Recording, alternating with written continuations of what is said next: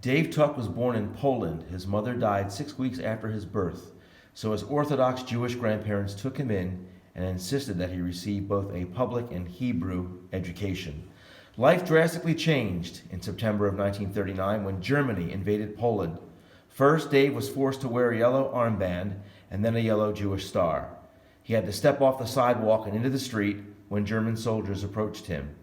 Even the music changed from Polish, Deutschland über alles, Germany over all. Within a few weeks, David's family was deported to Lodz ghetto, where he spoke German well enough that he was able to obtain a ration card for his family that provided them with coffee, bread, and soup. Then, in the spring of 1940, Dave was deported to Posen, a labor camp. In 1942, the Nazis liquidated the labor camp and sent David with other skilled workers to Auschwitz-Birkenau in Poland, where he worked as a mechanic. When the work became too hard, he asked his German supervisor if he could be his personnel assistant, and he agreed. In January of 1945, David was deported on a train to Mauthausen in Austria, a brutal 370-mile trip. To survive, he scooped snow from the ground using a tin cup tied to his belt. He was subsequently sent to Gusen in Austria, a factory to build German aircraft. He went to work feeling numb, eating grass and leaves until the American Army liberated him on May the 7th, 1945. He weighed 78 pounds. David then spent the next several months recuperating in refugee camps and eventually decided to immigrate to the United States. And we have with us here today a very special guest, Mr. David Tuck. David may be one of maybe 500,000 Holocaust survivors still with us to tell the story. David, welcome. And first I want to thank you for being a frequent visitor here to the Chester County Youth Center. I believe this was your 9th visit, 9 years running, and we are so honored to have you. Dave, you survived through 4 camps. How did you get through your darkest day in those camps? I never gave up. There were times at night when I went to sleep. I asked God, let me see the light the next day. If people ask Mark, why didn't God help you? I said, God didn't kill us. People killed us. Yes. And do you ever reflect upon, obviously you saw many people to your right, to your left, not survive these camps, not survive the day-to-day cruel reality of what the Nazis were doing. In your mind, in your heart, why do you think God spared you? Why are you here, and why did others not make it? I believe predestined. And your mission now is to? Make sure it does never happen again, because people forget it already. There was a Holocaust. How are you generally received by the students? How many students did you speak to this past year? Oh, a lot, thousands. Thousands. I thought I heard someone say 40,000. Is that true? At least. So you travel all the time. Oh yeah, now I'm Skyping too. And you're Skyping. I saw you have a YouTube video that has over 15 million views. Incredible. Incredible. You had a message here for the students. And that message was, tell the audience. Stay in school, get educated. And if you have nothing, you can make universities or colleges, go get a job. Tech school, learn a trade. Tech school. You eventually, when the war was ended, you actually moved to Italy at first, correct?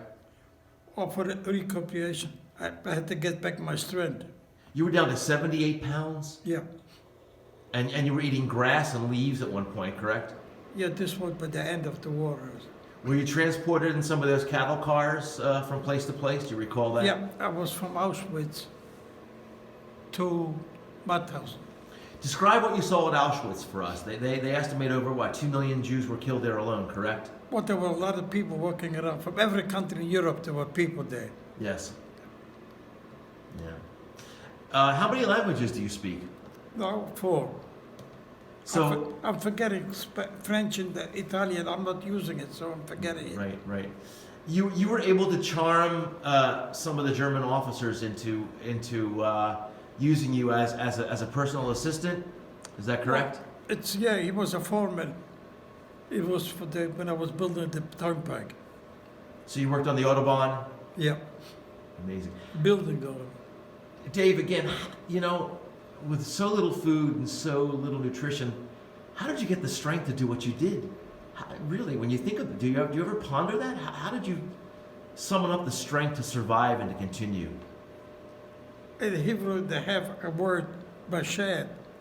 It's predestined. You believe it? You believe it was your destiny to Yeah. survive? Yeah. And do you agree that I think most Holocaust survivors we speak to feel that one of their missions is to continue to tell the story because there are Holocaust deniers, are there not? Yes. I never ask a Holocaust survivor how they survived. I just want to know how they, after the war, how they made out. Yeah. Because each of them has a different story. Yeah. When you relocated to Italy, you met your future wife there, correct? No, it wasn't from Italy. I went to France. To France? Yeah. You met her in France? Yes. Okay. How long were you married? 54 years. 54 years. One day she walked in, she said, I don't feel good. And 3 days later, she passed away. She passed away. Massive stroke. I see. And then after you met in Paris, you made plans to move to the United States? Yeah. Mm-hmm. And you relocated where? Brooklyn, New York. Brooklyn, New York. And how did you find your way down to Pennsylvania? Oh, I was looking for a place to open at the Cherry Hill Mall. Then I took 130. First I opened a store in Burlington, New Jersey. Burlington, New Jersey. Then I opened it in Pennsylvania. Now you had like an interior decorating business, correct? You made Yeah. drapes and cornices and things of that nature. Festoons. Festoons. Wow. Wow. So do you know how to sew as well? Can you Oh, yeah. do it? A And machine, yeah. I know How did someone teach you, or you're self-taught? By myself. And your wife had a talent for that too, right? Yeah. Well, we had the store, we had people working over there. Ah, I see. I see. Well, when I came to the state, I had sponsored, but somebody sponsored me. Dave, if you were, I heard one of the students ask you, actually this question comes up a lot.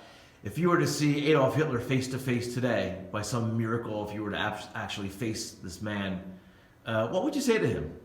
First, I would ask him why. If you didn't want the Jewish people, just tell him, leave. You don't have to kill him. But the guy, it was crazy. He committed suicide. If I would see him laying there, I would ask him why it took you so long. Amazing. Yeah. You were in those camps from the age of 10 to the age of 15, correct? Right. Amazing. Amazing. Yeah, another question that comes up frequently is, do you hold any hatred or anger in your heart to this day? I will never forget, never forgive. But I don't live with hate. Why don't you live with hate, Dave? If I would sit around and dwell on it and look at my number and live on hating, what I'm going to live? I have no life. I live with memories. Your life is a fulfilling and a rich life today, though, right? You're right. constantly traveling, constantly speaking to young yeah. people. How does it make you feel to see these young people when you go from school to school? How do you... Some of them crying. Some of them cry. What do you think the most common question is that they ask you? They're different questions. Different. Survival. Survival. Dave, can you show us the tattoo that you received at Auschwitz Yeah. on your arm? It's still there, right? Yeah. This is the only concentration camp where they actually... Here it is. 141... 631. 631. And that was put on there in what year? In 1940... 42, 43. 42. Dave, in closing, what final message would you like to leave to the viewers today who are watching this video? First, I told them, stay in school, get educated. Mm-hmm. Make sure that never happen again. You mentioned something too about walking away from when people hate on them and people pick on them, and you were saying Yeah, but bullying bullying. doesn't do any good.